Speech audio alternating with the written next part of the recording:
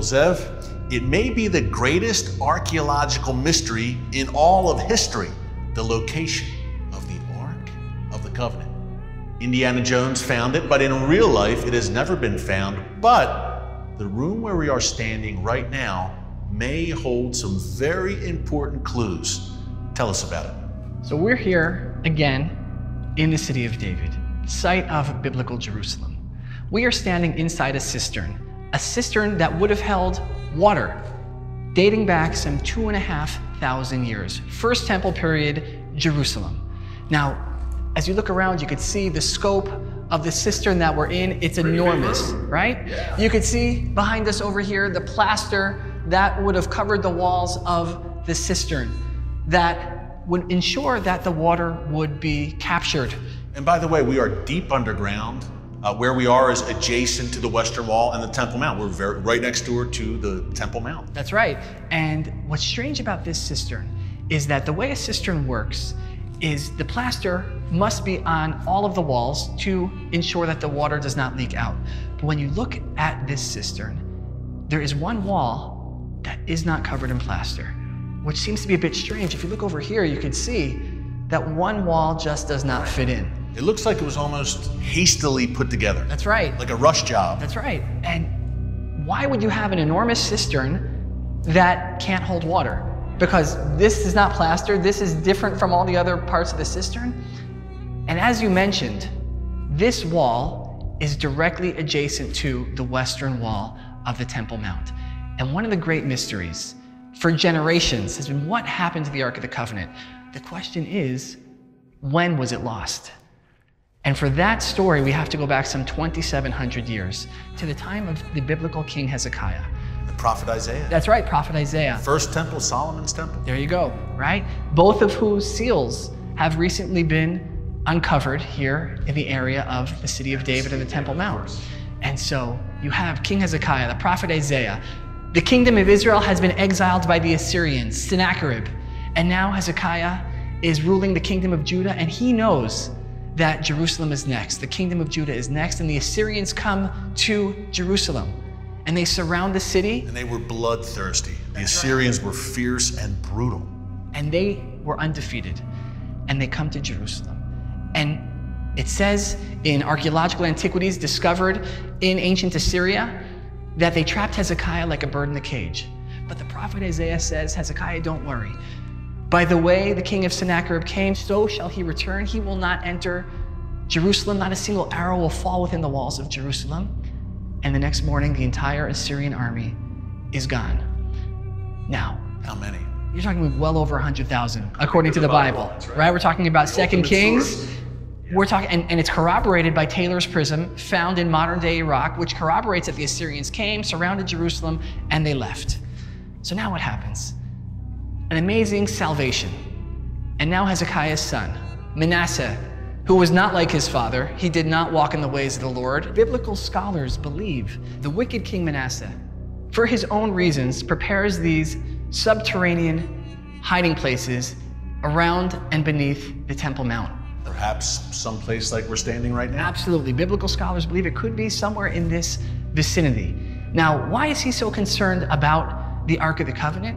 It's not because he was a deeply religious person. He wasn't. He was anything but. Anything but. But he understood that the Ark of the Covenant, at least for him, represented a national treasure. Even though it wasn't a symbol of faith, it was still an extremely valuable national relic that he did not want to lose. Yeah, no more powerful symbol for the Jewish people than the Ark of the Covenant. That's right. And therefore, he has the same interest that perhaps the prophet Isaiah also does at the time when he prophesies that Jerusalem is going to fall, that he understood that at some point the temple treasures, the temple itself, it's not going to save Israel if they sin. And so Manasseh said, I'm going to come up with hiding places to hide away the Ark of the Covenant. A few generations go by, and now Josiah, the righteous King Josiah, is ruling. And he begins to see, so to speak, the writing on the wall. And he gets the feeling that it's time to hide away the Ark. And so what does he do? For one last time, there is a big national celebration of the Passover holiday. And so now we're reading from 2 Chronicles, chapter 35, verse 3. where Josiah says to the Levites who are consecrated to the Lord, who taught all of Israel, "Put the holy ark in the house that Solomon, son of David, king of Israel, built, as you no longer carry it on your shoulders. See now to the service of the Lord your God and his people Israel." So seemingly, Josiah is telling the Levites, that's it. You're going to carry the ark one last time, and then you're going to hide it away for it to be saved for some future time. Josiah maybe saw or felt the gathering storm on the horizon in the form of the Babylonians. That's right. And now you might say, well, how do you know that the Babylonians, when they destroyed Jerusalem, how do you know that they didn't take the ark, that they didn't find the hiding place? Yeah, King Nebuchadnezzar leveled this place, leveled the first temple. That's right. And so we have a clue from the Bible, because the Bible tells us that when Nebuchadnezzar, king of Babylon, destroys Jerusalem, it actually lists the treasures from Jerusalem that are taken out of Jerusalem and into Babylon. And among those treasures, one thing is missing, and that is the Ark of the Covenant. It's conspicuous by its absence. Absolutely. And so it would seem that the hiding place that perhaps King Manasseh prepared and that King Josiah made use of to hide away the Ark of the Covenant, it seems to have held, that it remained a secret. And so there are lots of mysteries. People say perhaps the Ark is in Alexandria, Egypt, perhaps in Ethiopia. But one other prevalent theory is perhaps it's still in Jerusalem. Perhaps it never left. So here we are again, in an ancient cistern, dating back some 2,500 years to the first temple period of Jerusalem, standing here in the city of David, just adjacent to the western wall, to the Temple Mount. And we have this wall that just seems out of place. It just doesn't fit. That's right. A man-made wall. Clearly. Seemingly concealing something that directly on the other side would lead to that area of the Temple Mount. Yeah, it feels like this was built to conceal something, and built quite hastily, judging by the construction work and the masonry there. That's right. And so it could be, when we think back to the time of King Manasseh, and he wants to prepare the hiding places for the temple treasures, to the time of King Josiah, who makes that fateful decision to hide away the ark for what is now millennia. And maybe where we're standing right now was a part of that story.